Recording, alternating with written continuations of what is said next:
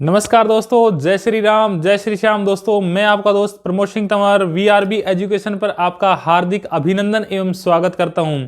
दोस्तों, आपके लिए जो आर्मी अग्निवीर के अंदर जो साइंस का पोर्शन था उसमें फिजिक्स का जो चैप्टर चल रहा था, फिजिक्स के अंदर आपको आज जो मिलेगा वो सेकंड चैप्टर मिलेगा। दोस्तों, सेकंड चैप्टर के अंदर आपको वो टॉपिक पढ़ने के लिए मिलेगा जिस टॉपिक को हम ये कहेंगे कि एक जो जड़ मानी जाती है, रूट्स मानी जाती है फिजिक्स की, या फिर मैं ये कहूँगा कि फिजिक्स की जब शुरुआत हुई तो वो शुरुआत इसी चैप्टर से हुई थी। ठीक है दोस्तों, तो वैज्ञानिक न्यूटन ने जो हमें बताया, जो हमें टॉपिक समझाया, जिस चीज़ के बारे में उन्होंने सबसे पहले ध्यान लगाया और हमें बताया, उस टॉपिक को हम आज सबसे पहले देखने का प्रयास करेंगे, समझने की कोशिश करेंगे। ठीक है दोस्तों, तो मेरे साथ बने रहिएगा। मैं आपको लेकर चलता हूँ अपने जो न्यू टॉपिक पे, जिसका नाम है गुरुत्वाकर्षण। जी हाँ दोस्तों, गुरुत्वाकर्षण जो बल है, गुरुत्वाकर्षण, ये जो ग्रेविटी है, ग्रेविशनल फोर्स है, ये आपके लिए बहुत एक अच्छा टॉपिक है और इसको समझना बेहद जरूरी है।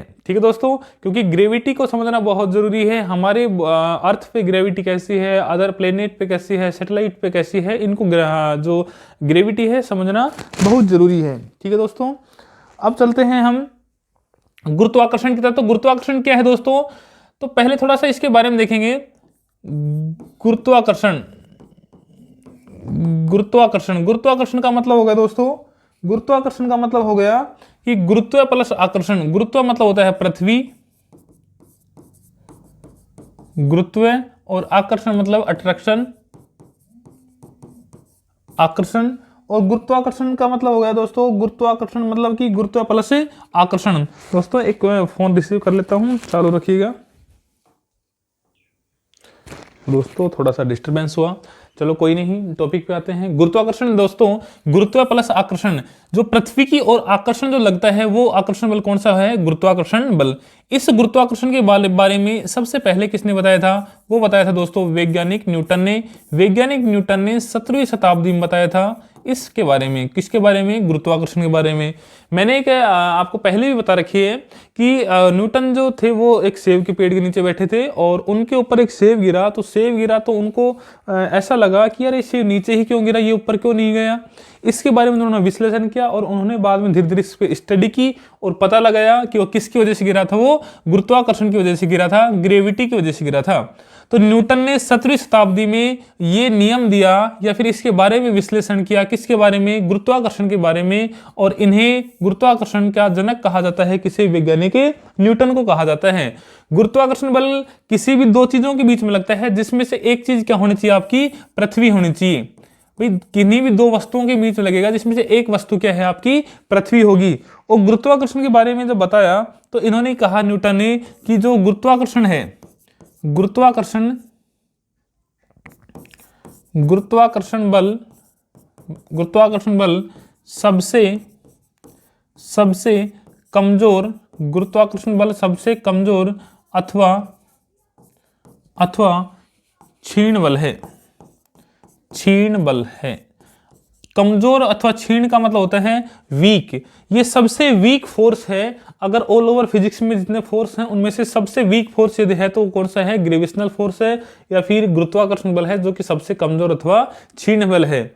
अब मैं कहूंगा कि किसी थिंग्स के बीच में लगने वाला जो गुरुत्वाकर्षण बल है वो कैसा होगा? तो देखिएगा, मान लो एक पिंड है हमारी, उसमें क्या? पृथ्वी। ठीक है, ये पिंड है मान लो आपकी पृथ्वी, और ये मान लो कोई दूसरा पिंड है, कोई भी वस्तु हो सकती है, कोई भी वस्तु हो सकती है। इन दोनों के बीच में जो लगने वाला आकर्षण बल है ना, वो कितना होगा? तो इसके बीच की जो दूरी मान लेता हूं मैं वो दूरी मान लेता हूं क्या? r। इनके दोनों के बीच की दूरी मैंने कितनी मान ली? r मान ली। और इसका द्रव्यमान मान लिया मैंने m1 और इसका द्रव्यमान मान लिया मैंने m2। ठीक है, इसका द्रव्यमान मान लिया m1 और इसका द्रव्यमान मान लिया मैंने m2। इन दोनों के बीच की दूरी r है। अब इन दोनों के बीच में लगने वाला आकर्षण बल कितना होगा? गुरुत्वाकर्षण बल कितना होगा? तो ये इस नियम के अकॉर्डिंग ये कहता है कि इन दोनों पिंडों के मध्य लगने वाला आकर्षण बल वो डायरेक्टली प्रोपोर्शनल होगा उनके दोनों मास के गुणनफल की। ठीक है, उन दोनों के द्रव्यमानों के गुणनफल के क्या होता है? समानुपाती होता है। एक तो ये बात कही इन्होंने। ठीक है, दूसरी इन्होंने कही कि जो इनके बीच की जो दूरी है उसके साथ कैसे संबंध रहेंगे, तो उसके साथ रहेंगे इनवर्सली प्रोपोर्शनल किसके, आर स्क्वायर के, या बीच की दूरी के वर्ग के व्युत्क्रमानुपाती होता है। ये बात दोनों ने रख दी, ठीक है। अब ये समीकरण कितनी हो गई, 2। अब दोनों लेफ्ट हैंड साइड जो है LHS है वो तो दोनों बराबर है, तो RHS साथ लेकर चलेंगे हम, तो क्या होगा, F proportional M1 into M2 upon में R स्क्वायर, ठीक है। जब प्रोपोर्शनल का साइन हटाएंगे, समानुपाती चिन्ह आएंगे, बराबर आ जाएगा, और एक कांस्टेंट आ जाएगा जिसका नाम क्या है, G M1 into M2 upon में R स्क्वायर। दोस्तों ये G क्या है, ये है गुरुत्वाकर्षण नियतांक, गुरुत्वाकर्षण नियतांक, गुरुत्वाकर्षण नियतांक ग्रेविटेशनल कांस्टेंट। इसकी वैल्यू कितनी है, 6.67 गुणा 10 की पावर -11। इसकी यूनिट कितनी होती है, तो यूनिट होती है इसकी न्यूटन मीटर स्क्वायर बटे किलोग्राम का स्क्वायर। इस यूनिट को हम निकाल भी सकते हैं यहाँ से, ठीक है दोस्तों। अच्छा, ये हो गया आपका force F is equal to G M into M2 M1 into M2 upon R square. ये आ गया हमारा गुरुत्वाकर्षण बल, ठीक है दोस्तों। तो ये जो G है वो क्या है, आपका गुरुत्वाकर्षण नियतांक, जिसकी वैल्यू है 6.67 गुणा 10 की पावर -11 न्यूटन मीटर स्क्वायर बटे किलोग्राम का स्क्वायर। तो दो पिंडों के मध्य जो गुरुत्वाकर्षण बल लगेगा वो कुछ इस प्रकार से लगेगा, क्योंकि गुरुत्वाकर्षण बल जो लगता है वो दो पिंडों के मध्य लगता है, दो ऑब्जेक्ट्स के मध्य लगता है, जिसमें से एक ऑब्जेक्ट आपका क्या होगा, पृथ्वी होगा, दूसरा ऑब्जेक्ट कोई भी थिंग हो सकती है। इन दोनों के बीच में लगने वाला जो अट्रैक्शन जो फोर्स है वो कितना होगा, वो इसके जो मास के मल्टीपल के तो डायरेक्टली प्रोपोर्शनल होगा, और बीच की जो डिस्टेंस थी उसके इनवर्सली प्रोपोर्शनल, स्क्वायर के इनवर्सली प्रोपोर्शनल होगा, ठीक है। दोनों बात आपको ध्यान रखनी है, ठीक है दोस्तों। तो इसके लिए डेफिनेशन के लिए साथ साथ क्वेश्चन क्या क्या बनते रहेंगे वो वन लाइनर में लिखिएगा। गुरुत्वाकर्षण बल सबसे कमजोर अथवा क्षीण बल है, सबसे कमजोर अथवा क्षीण बल है। कौन है दोस्तों, वो आपका है गुरुत्वाकर्षण बल, ठीक है। अब बात करते हैं गुरुत्वाकर्षण के बारे में, किसने बताया था, तो गुरुत्वाकर्षण बल का विश्लेषण, गुरुत्वाकर्षण बल का विश्लेषण 17वीं शताब्दी में न्यूटन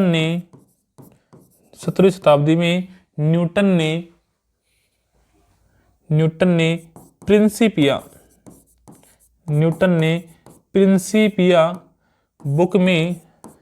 बुक में किया था। दोस्तों प्रिंसिपिया नामक बुक में गुरुत्वाकर्षण के बारे में विश्लेषण किया था, किसने, वो किया था वैज्ञानिक न्यूटन ने। अब बात करते हैं हम कि इसमें जो है वो जो गुरुत्वाकर्षण बल के लिए जो जिम्मेदार स्टेटमेंट थे वो क्या क्या थे, तो गुरुत्वाकर्षण बल दोनों पिंडों के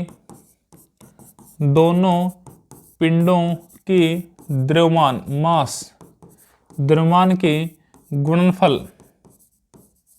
दोनों पिंडों के द्रव्यमान के गुणनफल के समानुपाती तथा बीच की दूरी के वर्ग के व्युत्क्रमानुपाती होता है। दोस्तों गुरुत्वाकर्षण बल दोनों पिंडों के द्रव्यमान के गुणनफल के समानुपाती तथा बीच की दूरी के वर्ग के स्क्वायर के क्या होता है, इनवर्सली प्रोपोर्शनल होता है। ये दोनों बात कही किसने, जैसे एक तो बताया मैंने M1 इंटू M2, एक तो ये बताया मैंने, और दूसरा बताया मैंने MF inversely proportional 1/r square. ये दोनों चीजें जो हैं वो किस स्टेटमेंट पे हैं, वो इस स्टेटमेंट के ऊपर लागू हैं, ठीक है दोस्तों। तो गुरुत्वाकर्षण बल दोनों पिंडों के द्रव्यमान के गुणनफल के समानुपाती तथा बीच की दूरी के वर्ग के स्क्वायर के व्युत्क्रमानुपाती होता है। ये हो गया। अब जरा देखते हैं, थोड़ा सा और आगे की तरफ बढ़ते हैं। दोस्तों बताया मैंने जी की जो वैल्यू है, जी गुरुत्वाकर्षण नियतांक है, जी गुरुत्वाकर्षण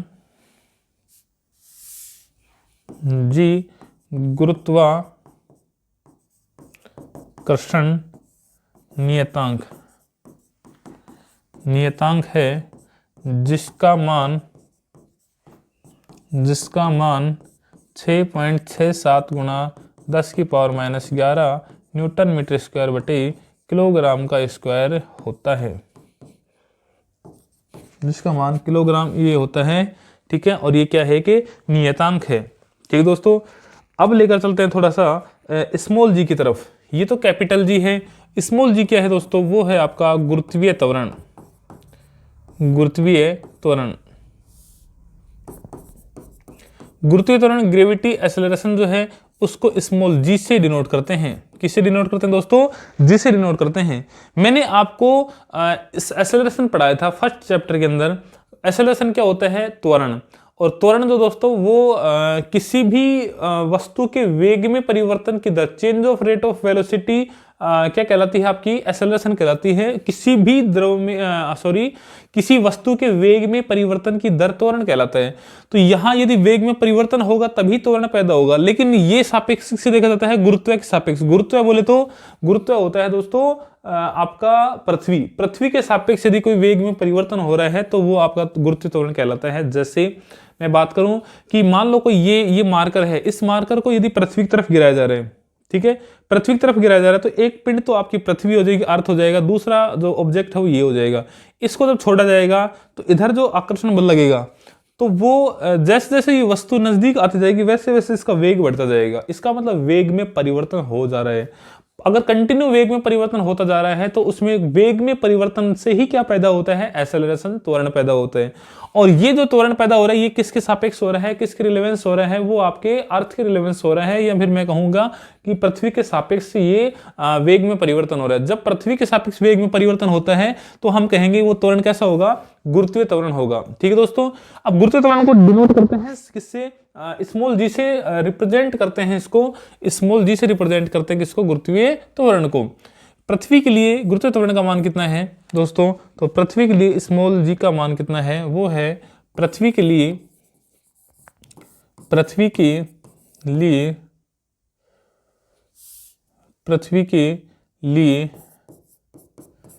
स्मॉल जी का मान 9.8 मीटर पर सेकंड स्क्वायर होता है। ठीक है, पृथ्वी के लिए स्मॉल जी का मान 9.8 मीटर पर सेकंड स्क्वायर होता है। ठीक है, अब बात करते हैं क्या? जी पर पड़ने वाले प्रभाव। स्मॉल जी पर पड़ने वाले प्रभाव, इस पे कौन कौन से इफेक्ट पड़ते हैं दोस्तों स्मॉल जी पर? नंबर 1, स्मॉल जी पर द्रव्यमान का प्रभाव नहीं पड़ता है। स्मॉल जी पर द्रव्यमान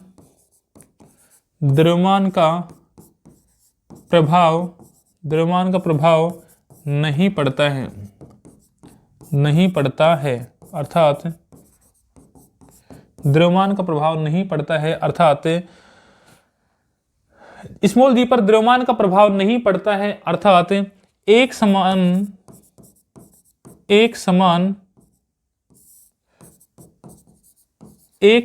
द्रव्यमान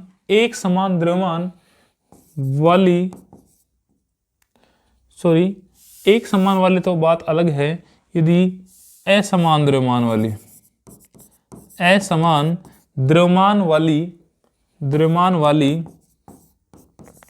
दो वस्तुओं को एक ही ऊंचाई से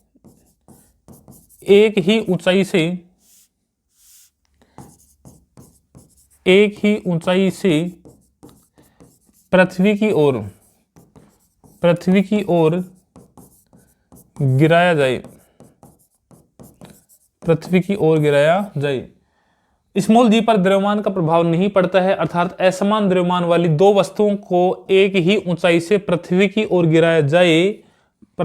गिराया जाए तो वो एक ही समय पर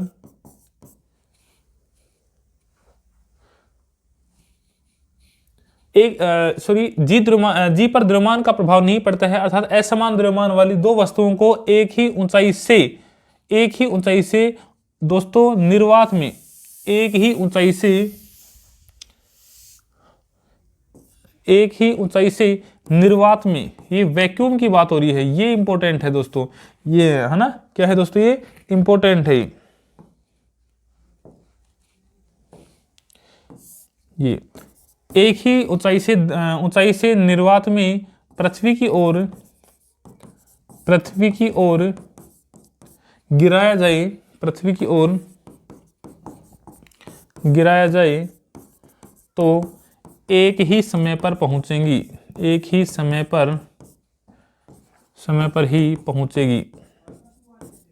इसका मतलब क्या समझे दोस्तों, मान लो इस स्मॉल जी पर द्रव्यमान का कोई प्रभाव नहीं पड़ता है। मान लो अलग अलग द्रव्यमान की कोई दो वस्तुएं हैं, जैसे मान लो एक 10 किलोग्राम की वस्तु है और एक ही मार्कर है। इन दोनों को यदि वैक्यूम के अंदर ऊपर से गिराया जाता है तो दोस्तों वो दोनों जो वस्तुएं हैं, थिंग्स हैं, जो ऑब्जेक्ट हैं, वो एक ही समय पर पृथ्वी की ओर पहुंचती हैं। ये किसकी बात हो रही है, स्मॉल जी पर जब द्रव्यमान का प्रभाव नहीं पड़ता है। अब द्रव्यमान का प्रभाव नहीं पड़ने की वजह से वो चीजें कोई फर्क नहीं पड़ रहा, कौन चीज हल्की है कौन भारी है, कोई फर्क नहीं पड़ता, वो एक समय पर ही पहुंचेंगी यदि स्मॉल जी का वहां पे यदि क्या है, वैक्यूम क्रिएट हो रखा है, यदि निर्वात पैदा हो रखा है, जब की बात है। ठीक है।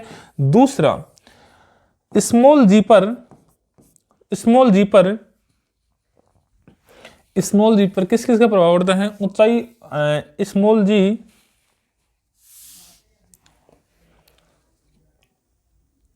पृथ्वी तल से ऊपर या नीचे जाने पर, पृथ्वी तल से ऊपर या नीचे जाने पर स्मॉल जी का मान कम होता है। ठीक है, पृथ्वी तल से ऊपर या नीचे जाने पर स्मॉल जी का मान कम होता है। ठीक है, यही कारण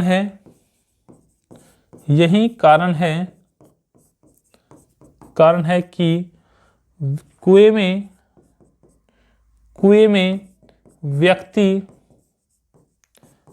व्यक्ति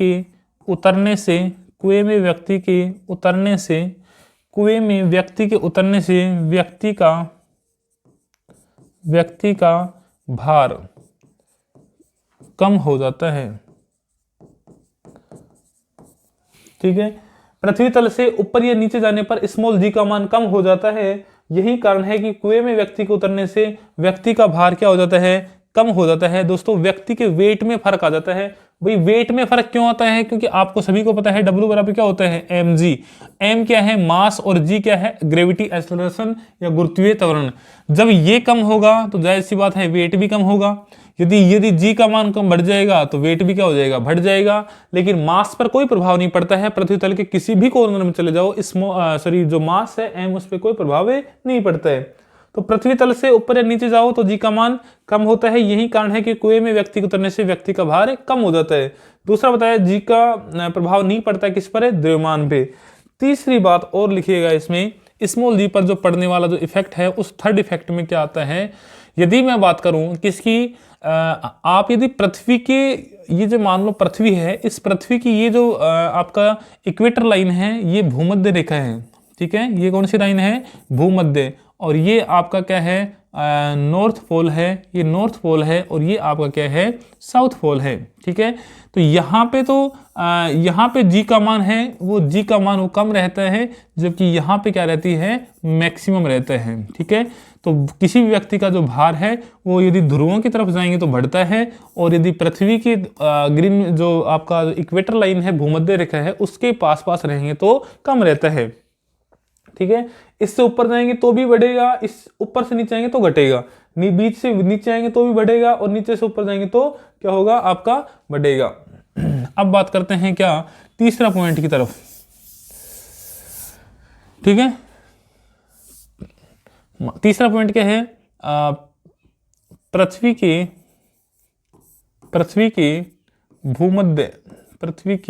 भूमध्य रेखा पर, भूमध्य रेखा पर स्मॉल जी का मान, स्मॉल जी का मान न्यूनतम तथा ध्रुवों पर अधिकतम होता है, ध्रुवों पर अधिकतम होता है, अधिकतम होता है। क्या समझे? पृथ्वी के भूमध्य रेखा पर जो स्मॉल जी है उसका मान न्यूनतम होता है तथा ध्रुवों पर पोल्स की तरफ जाएंगे तो वहां क्या होता है दोस्तों? मैक्सिमम होता है। ये मैं बात कर रहा हूं स्मॉल जी पर पड़ने वाले प्रभाव की। दोस्तों एक चीज नोट लगा के लिख लेना, क्या पृथ्वी का एकमात्र क्या है? उपग्रह है, सैटेलाइट। वो कौन सा है आपका? वो है आपका चंद्रमा। ठीक है, चंद्रमा के लिए स्मॉल जी का मान प्रभाव पड़ता है। क्यों? क्योंकि चंद्रमा का स्मॉल जी का मान, चंद्रमा का इसको स्मॉल जी का मान पृथ्वी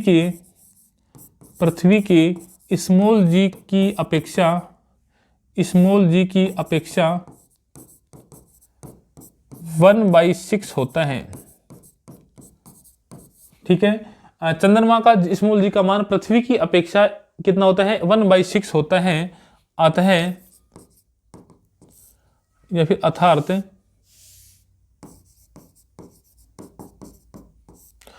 चंद्रमा का स्मॉल जी का मान पृथ्वी के स्मॉल जी की अपेक्षा 1/6 से होता है।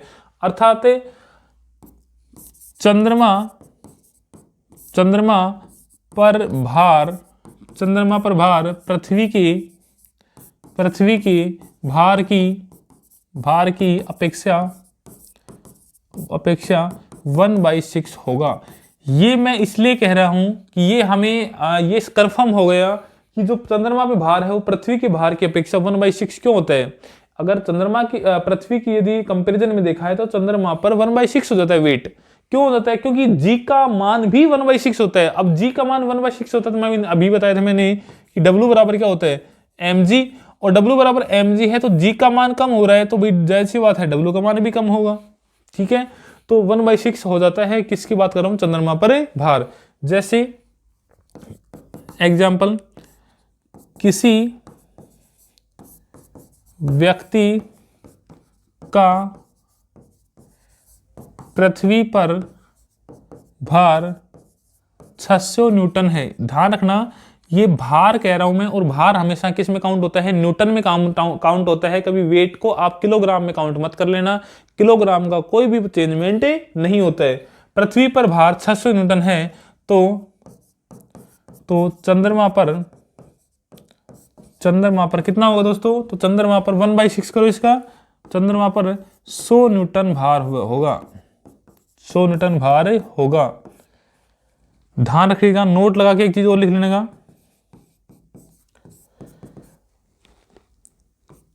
किलोग्राम पर किसी भी ग्रह या उपग्रह पर प्रभाव नहीं पड़ता है। इसका मतलब क्या है? इसका मतलब ये है कि किलोग्राम का किसी भी ग्रह या उपग्रह पे कोई प्रभाव नहीं पड़ता है, क्योंकि किलोग्राम में किलोग्राम जो है वो आप जैसे मान लो 10 किलोग्राम की वस्तु यदि पृथ्वी पे उसका द्रव्यमान है तो 10 किलोग्राम ही उसका चंद्रमा पे रहेगा, 15 किलोग्राम यहाँ पे तो 15 किलोग्राम ही बृहस्पति ग्रह पे रहेगा, 15 किलो ही बुध ग्रह पे रहेगा। ऐसा नहीं है कि ग्रह पे किसी भी ग्रह उपग्रह पे जाते हैं तो वहाँ स्मॉल जी का मान चेंज हो जाता है। स्मॉल जी का मान चेंज हो जाता है लेकिन किलोग्राम का मान चेंज नहीं होता। मान चेंज होता है तो दोस्तों किसका होता है? वो न्यूटन का होता है। न्यूटन का मतलब बोले तो भार परिवर्तित होता है। ठीक है, ये हो गया हमारा जो स्मॉल जी था उसके ऊपर। अब देखिएगा हमारे पास वर्तमान में कितने ग्रह हैं दोस्तों? वर्तमान में कुल ग्रह की संख्या कितनी है? कितने प्लेनेट हैं? तो वो है दोस्तों वर्तमान में 8। पहले कितने थे? 9। पहले कितने थे? 9 थे। ठीक है, तो 2006 में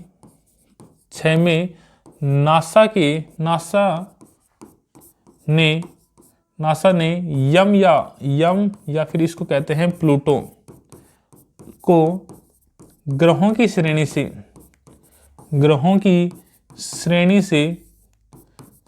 से हटा लिया। ग्रहों की श्रेणी से हटा लिया। ग्रहों की 2006 में नासा ने यम या प्लूटो को ग्रहों की श्रेणी से हटा लिया। किसको? यम या प्लूटो को ग्रहों की श्रेणी से हटा लिया और इसे बोना ग्रह या क्षुद्र ग्रह कहा जाने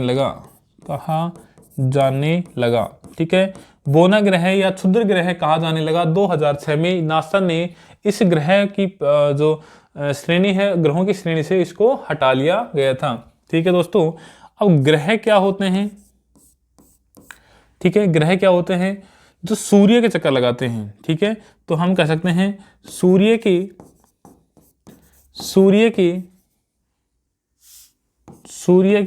चक्कर लगाने वाले पिंडों को ग्रह कहा जाता है।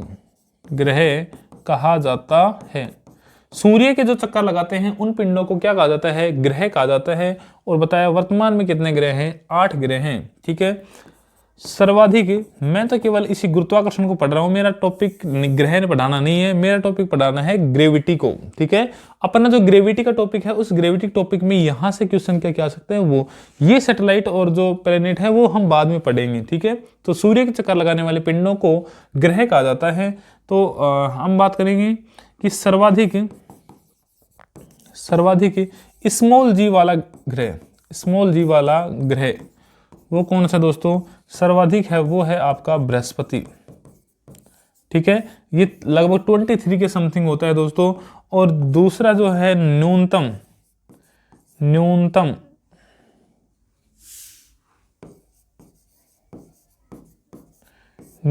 स्मॉल जी वाला ग्रह वो है दोस्तों कौन सा? या तो मंगल व बुध। मंगल व जो बुध है, दोनों ग्रह जो ग्रह हैं वो स्मॉल जी का कम मान रखने वाला, फिर न्यूनतम स्मॉल जी वाला ग्रह है। कौन सा दोस्तों? मंगल एवं बुध। सर्वाधिक वाला था बृहस्पति, न्यूनतम वाला है आपका मंगल एवं बुध।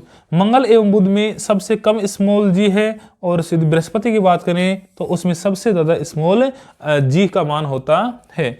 स्मॉल जी मैंने बताया, स्मॉल जी होता है ग्रेविटी एक्सेलरेशन, गुरुत्वीय त्वरण। और गुरुत्वीय जो त्वरण होता है वो पृथ्वी की ओर आकर्षित करने वाली वस्तुओं में वेग में परिवर्तन की दर कहलाता है। ठीक है, और ये जो है आपका ग्रह जो प्लेनेट है वो मैंने बताया कि जो सूर्य के चक्कर लगाने वाले जो पिंड होते हैं वो ही ग्रह कहलाते हैं। वर्तमान में हमारे पास 8 ग्रह हैं। ठीक है, वर्तमान में 8 ग्रह हैं, जिसमें से पहले 9वां ग्रह था यम या प्लूटो, उसको ग्रहों की श्रेणी से नासा ने इसको हटा दिया। अब बात करें सर्वाधिक जी वाला ग्रह वो बृहस्पति है, न्यूनतम जी वाला जो ग्रह है वो कौन सा दोस्तों? मंगल एवं बुध। अब बात करते हैं किसकी? ग्रहों की गति के नियम किसने दिए?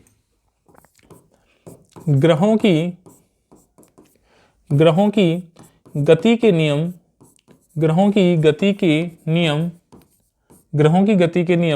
वैज्ञानिक केपलर ने। ग्रहों की गति के नियम वैज्ञानिक केपलर ने दिए। ये ग्रहों की जो गति होती है वो कैसे होती है, कैसे नहीं होती, क्या क्या रीजन होते हैं, तो इन्होंने किसने दिया? वो ग्रहों की गति के नियम केपलर ने दिया। तो केपलर के नियम क्या क्या थे? केपलर का नियम ये बोल रहा था कि सभी ग्रह जो इसके नियम को पालन नहीं कर रहा था उसको ग्रहों की श्रेणी से हटा दिया गया था, बोना ग्रह, क्षुद्र ग्रह के रूप में डाल दिया गया था। तो इनके अनुसार सभी ग्रह केपलर के अनुसार सभी ग्रह परवलयाकार पथ में घूमते हैं। परवलयाकार पथ पर गमन करते हैं या फिर गति करते हैं। ठीक है, गति करते हैं। ठीक है, जो केपलर के नियम के अनुसार सभी जो सैटेलाइट्स हैं, प्लेनेट हैं, ग्रह हैं, वो परवलयाकार पथ पर घूमते हैं। कोई भी ग्रह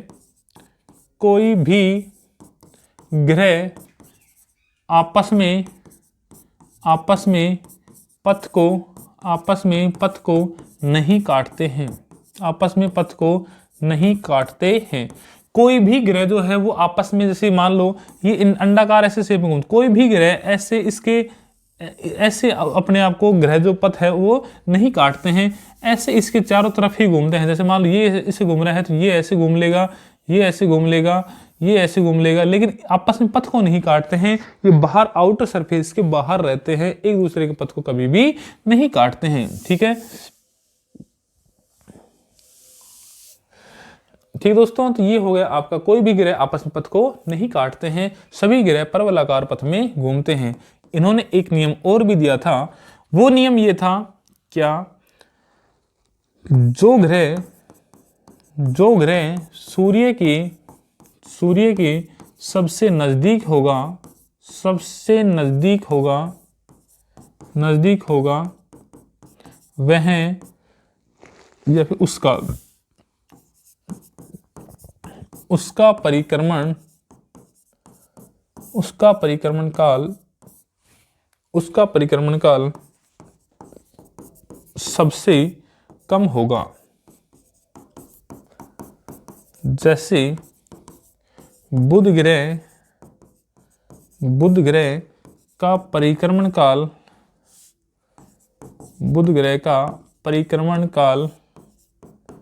88 डेज 88 दिन होते हैं। 88 दिन होते हैं। किसकी बात कर रहा हूं मैं? मैं कह रहा हूं कि जो बुध ग्रह है उसका परिक्रमण काल 88 दिन होता है। ये मतलब कि सबसे कम परिक्रमण काल किसका है? तो वो है आपका बुध ग्रह का, क्योंकि सबसे नजदीक ग्रह जो है वो कौन सा है? बुध ग्रह है। ठीक है, तो ये हो गए केपलर के मुख्य नियम। अब बात करते हैं आपके जो उपग्रह क्या होते हैं, तो बात करते हैं उपग्रह। ठीक है, तो ग्रहों के जो चक्कर लगाते हैं वो उपग्रह कहलाते हैं। ठीक है, ग्रहों की चक्कर लगाने वाले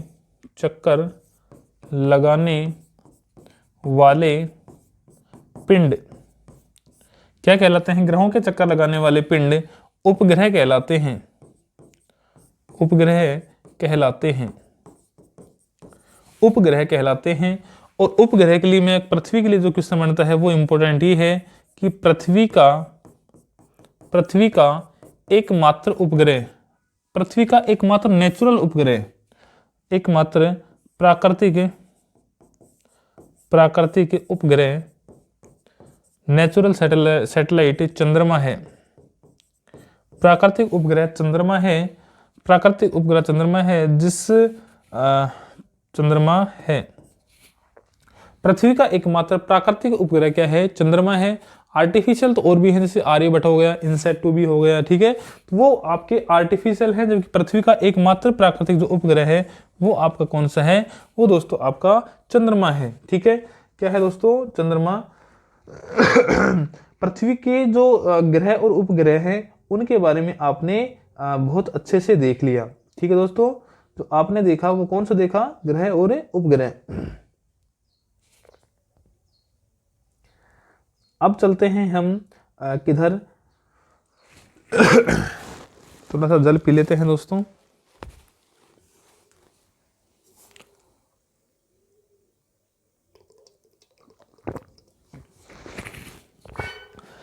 अब देखते हैं इसमें आगे थोड़ा सा दोस्तों। जो पृथ्वी का एकमात्र जो प्राकृतिक उपग्रह है वो क्या है? चंद्रमा। और जो आर्टिफिशियल है वो आपकी आर्यभट्ट हो गया, और आपका कौन सा हो गया? INSAT 2B। अब देखते हैं, हमने एक नाम सुना होगा कि पलायन वेग, एस्केप वेलोसिटी। ये पलायन वेग क्या होता है दोस्तों? किसी भी पिंड को अपनी जो गुरुत्वाकर्षण सीमा है उसको पार करने के लिए एक वेलोसिटी चाहिए होती है, एक वेग चाहिए होता है, जिसको कहा जाता है पलायन वेग। तो पृथ्वी के लिए पलायन वेग का मान कितना है? वो है दोस्तों 11.2 किलोमीटर पर सेकेंड। तो पृथ्वी के लिए, पृथ्वी या फिर किसी भी वस्तु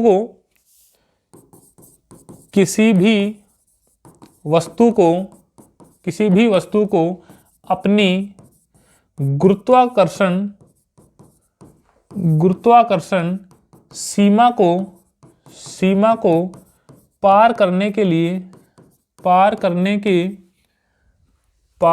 के लिए एक न्यूनतम एक न्यूनतम वेग की आवश्यकता होती है, न्यूनतम वेग की आवश्यकता होती है,